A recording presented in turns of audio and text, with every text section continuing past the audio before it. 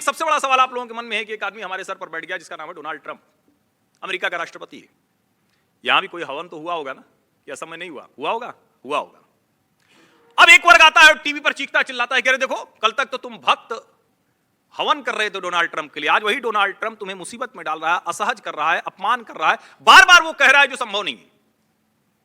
हमारी सरकार ने कितनी बार कहा, विदेश सचिव पार्लियामेंट्री स्टैंडिंग कमेटी के सामने, विदेश मंत्री की प्रेस वार्ता, इंटरव्यूज, बाकायदा एमईए की प्रेस कॉन्फ्रेंस, प्रधानमंत्री की बात, लेकिन उनकी बात नहीं माननी। डोनाल्ड ट्रंप ने 10 बार कहा, ये गिनती करके बताना है। ये कौन से पत्रकार हैं? ये वो पत्रकार हैं जो कहा करते थे कि अमेरिकी इतिहास में सबसे ज्यादा झूठ बोलने वाला राष्ट्रपति डोनाल्ड ट्रंप हुआ।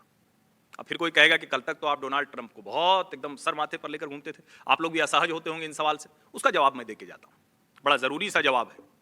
डोनाल्ड ट्रंप को हम जब सर पर लेकर घूम रहे थे, वो भारत की प्रतिष्ठा, भारत की रणनीति, भारत का समर्थक था, और आज जब आप लेकर घूम रहे हैं तो भारत के विरोध के नैरेटिव को मजबूत कर रहा है। बस इतना अंतर है इन भक्तों में और उन दरबारियों गुलामों में, इतना अंतर है। डोनाल्ड ट्रंप को हम भी मान रहे थे, डोनाल्ड ट्रंप को आज आप मान रहे हैं।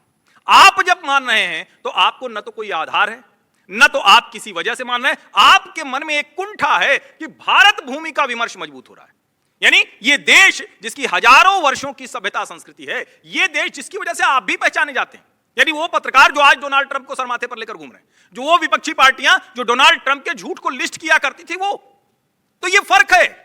हम कोई भी देश के साथ खड़ा हो, भारत भूमि के साथ खड़ा हो, हम उसके साथ खड़े हो जाएंगे। एक शब्द है धर्म संस्थापनार्थ है, धर्म की स्थापना के लिए हम धर्म के लिए लड़ते हैं, हम कभी किसी के यहां आक्रमण करने जाते नहीं। इतनी सी तो बात है।